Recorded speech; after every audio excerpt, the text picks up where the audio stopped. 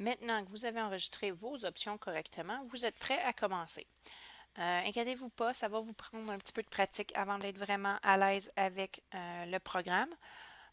Mais prenez bien le temps de le découvrir un petit peu avant de commencer à faire votre dessin.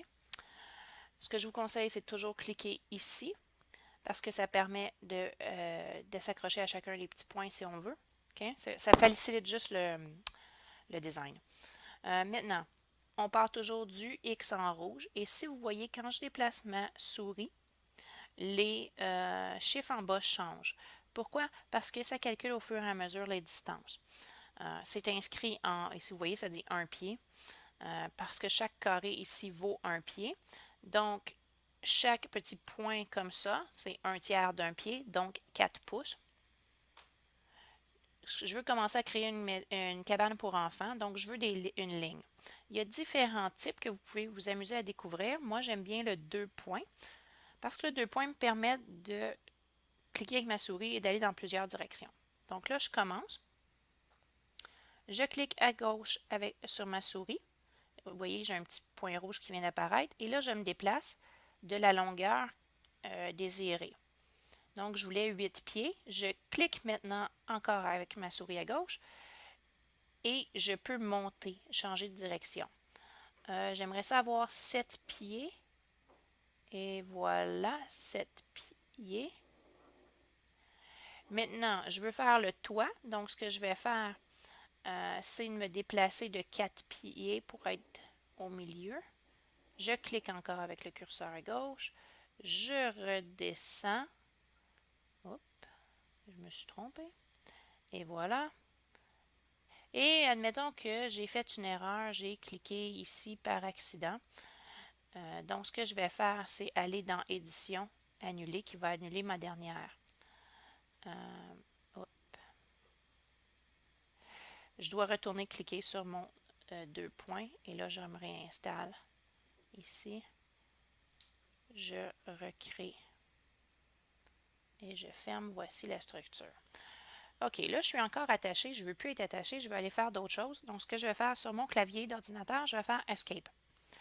Maintenant, je voudrais faire une petite fenêtre en haut. Je peux cliquer, faire différents ronds. Ou là, je préférais faire une ellipse. Donc, je vais m'en aller ici, partir. Je vais cliquer pour avoir le point au centre de mon ellipse. Et voilà, je peux la mettre dans la direction que je veux. Une fois que c'est fini, je clique encore avec ma souris. Hop. OK. Et là, pour ne pas refaire une autre ellipse, je fais encore Escape sur mon clavier. Maintenant, je voudrais me faire une porte. Vous pouvez toujours prendre, il y a des courbes, il y a des polylignes. Moi, je vais retourner avec mon 2 points. Je vais partir d'ici. Et normalement, ben là, c'est une cabane pour enfants, donc pas obligé de faire une porte de vraie grandeur là, qui devrait être 6 pieds. Je vais cliquer ici. Je vais faire Escape. Je vais aller me replacer où je veux repartir ma porte. J'aimerais ça être ici. Les voilà. Et voilà. Escape.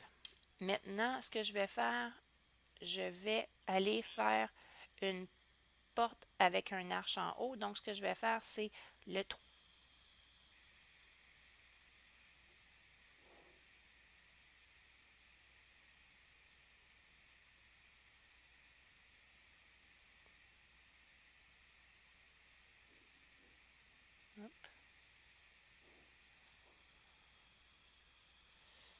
Et voilà. Bon, ça m'a pris un peu de temps, mais vous voyez, j'ai un arche maintenant. Escape. Et je peux continuer comme ça. Maintenant, si je veux prendre des mesures, ça va être ici. Non, excusez, ça va être ici.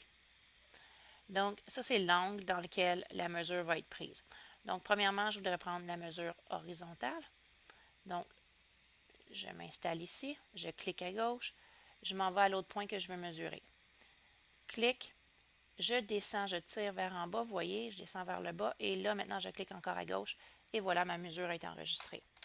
Je voudrais prendre la mesure de ma porte, je refais la même chose, je clique à gauche, Je clique de l'autre côté. Et voilà. Je le soulève dans la direction où je veux l'inscrire. Et j'ai maintenant la mesure. Maintenant, je voudrais mesurer la diagonale ici. Je crois que c'était linéaire qu'il va falloir que je fasse. Donc, je prends le dessus de mon toit, je clique à gauche, je descends. Et oh, non, maintenant ça me donne, c'est aussi correct, mais ça me donne la distance avec un angle droit. Donc, ce n'était pas celui-là que je voulais celui-là. Donc, je repars en haut, ici, au point, et voilà. Donc, ce morceau de bois-là que ça me prendrait pour faire le toit est de 5 pieds. Ça me donne la mesure. Donc, pour le restant des fonctions, je vous conseille de les essayer vous-même puis de les découvrir. Vous avez au moins l'essentiel. La même chose aussi, je m'excuse, si vous voulez calculer la verticale, vous allez cliquer sur verticale, vous faites votre mesure, vous déplacez votre curseur et voilà, vous avez la hauteur. C'est très important parce que en architecture, il faut marquer toutes les dimensions sur le plan pour que l'ingénieur ou la personne qui va créer votre modèle puisse savoir les dimensions.